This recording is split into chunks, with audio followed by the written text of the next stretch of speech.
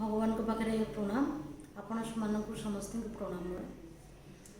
प्रथम वीडियोटा आपण मैंने एते लाइक कर सब्सक्राइब कर बहुत व्यू पाई द्वितीय वीडियो करने आसी आपण मान पाक तो मु भगवान को पाखे एति प्रार्थना करी जे ये अमृत तत्व आपण भी लाभ करंतु आपण जीवनटा सुंदर तृप्ति पाओ एति मु भगवान को पाखे प्रार्थना करें। आज विषय हूँ आध्यात्म विज्ञान स्पष्ट कथा कहे। आगर वीडियो थिला मनीष जीवन उद्देश्य हूँ ईश्वर उपलब्धि तापे कौन दरकार ना मनीष जन्म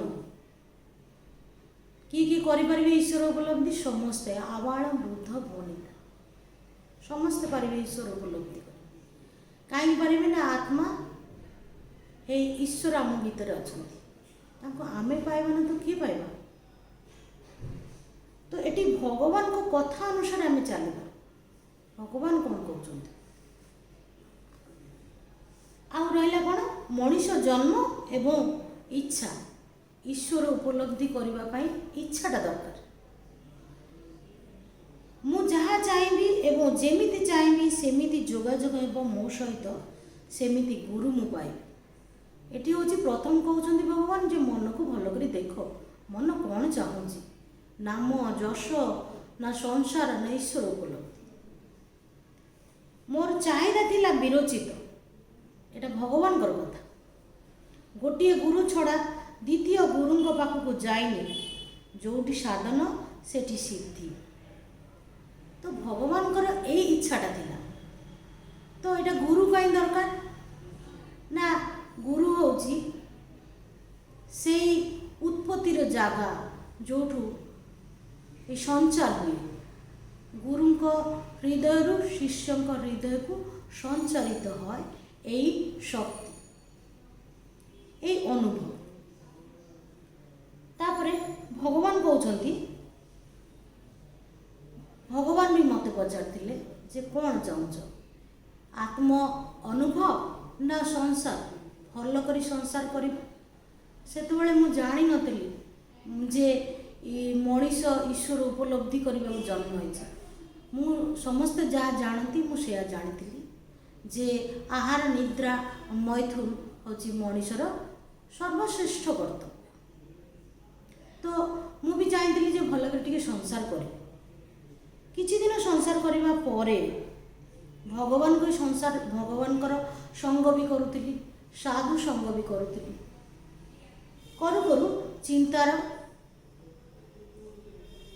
क्रम विकास है ये वेद उपनिषद वेद वेदांत शुणा आगे तो आम ये सब वेद वेदांत शुणु नु आम संसार कथा शुणुलु संसार करूँ ये जो भगवान को पाखक जीवा परे आमे वेद वेदांत शुणिलु शुणा पर ये जो चिंताधारा क्रम विकास है तापर आम संसार करने को इच्छा है संसार कलु आ साधु संग भी कलु तापर इच्छा है ना ना भगवान जो कहते जे ईश्वर उपलब्धि करने को हम आत्म अनुसंधान करने को हम ताहले ये ईश्वर को भल पाई जो टेस्टा आम पाइचे जो तृप्तिटा आम पाचु ईश्वर भितर भी ये चर्चा कले भी गोटे तृप्ति मिले जो मैंने ईश्वर को भल पाती से भल भाव जानती तो ये जो तृप्तिटा आउ टे आहरी तृप्ति आड़ को टाणी नहीं से इच्छा है ना आत्म अनुसंधान कर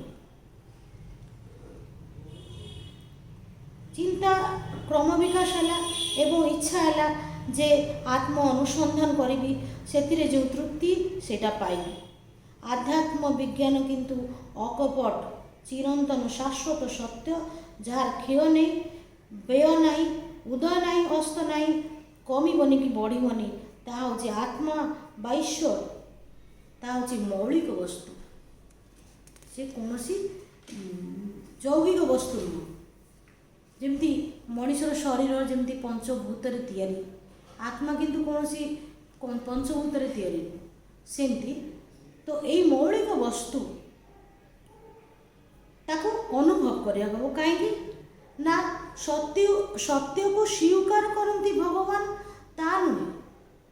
ସତ୍ୟକୁ ସ୍ୱୀକାର କରନ୍ତି ସାରା ପୃଥିବୀ ଈଶ୍ୱରକୁ ସ୍ୱୀକାର କରନ୍ତି, କିନ୍ତୁ ଭଗବାନ ଏଠି ନୂଆ କଥା କ'ଣ କହିଲେ ନା ସ୍ୱୀକାର କରୁଛ ଈଶ୍ୱର ଅଛନ୍ତି ବୋଲି, କିନ୍ତୁ ଅନୁଭବ କରୁନ।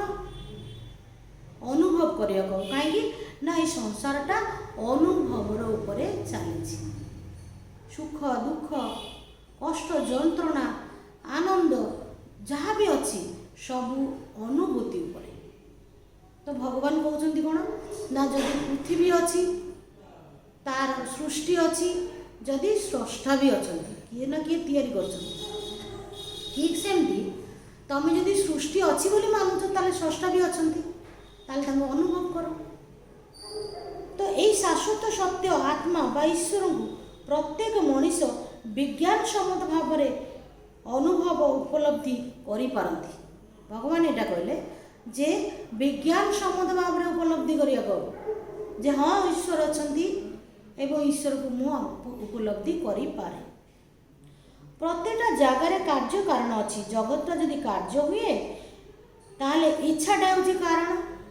ଯଦି ମୁଁ ଗୋଟେ ମଣିଷ ଜନ୍ମ ପାଇଛି, ସଂସାର କରିଛି, ମୋର ସବୁ ସଂସାର ଅଛି, ତାମାନେ ମୋର ଇଚ୍ଛାଟା ଥିଲା ସଂସାର କରିବାକୁ, ପୁଅଟିଏ ଜନ୍ମ କରିବାକୁ, ସ୍ୱାମୀଟିଏ ରହିବାକୁ, ପଇସା ରହିବାକୁ, ସବୁକିଛି ମୋର ପ୍ରଥମ ଇଚ୍ଛା ଥିଲା, ତାପରେ ସବୁକିଛି ମୋ ପାଖକୁ ଆସିଛି।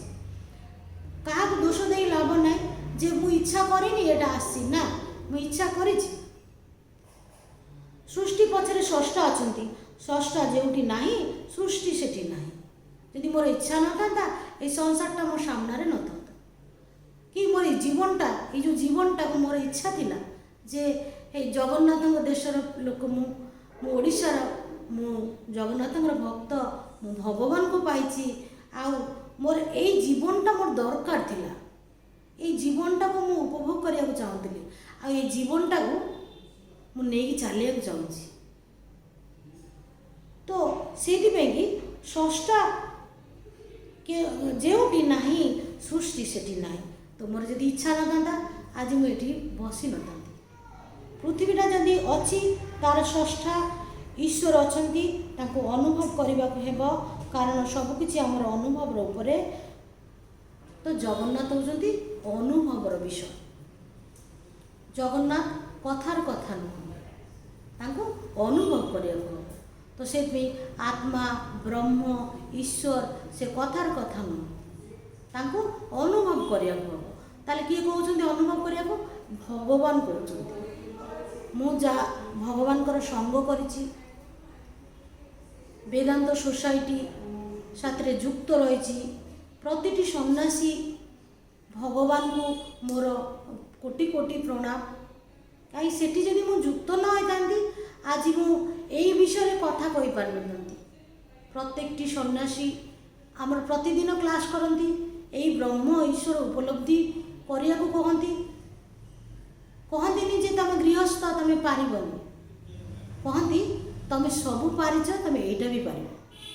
ତ ସେଇଥିପାଇଁ ମୁଁ ବି କହୁଛି ମୁଁ ଯେତେବେଳେ ପାରିଛି ଆପଣମାନେ ବି ପାରିବେ। ତ ସେଥିପାଇଁ ଆପଣମାନେ ଆଗେଇ ଆସନ୍ତୁ, ଏଇ ତୃପ୍ତି ଆପଣ ବି ପାଆନ୍ତୁ। ଏଇ ଅମୃତ ତତ୍ତ୍ୱ ପାନ କରି ଆପଣ ଅମୃତ ସନ୍ତାନ ହୁଅନ୍ତୁ। ଏଇ ମୋର ଆପଣମାନଙ୍କ ପାଖରେ ପ୍ରାର୍ଥନା। ନମସ୍କାର।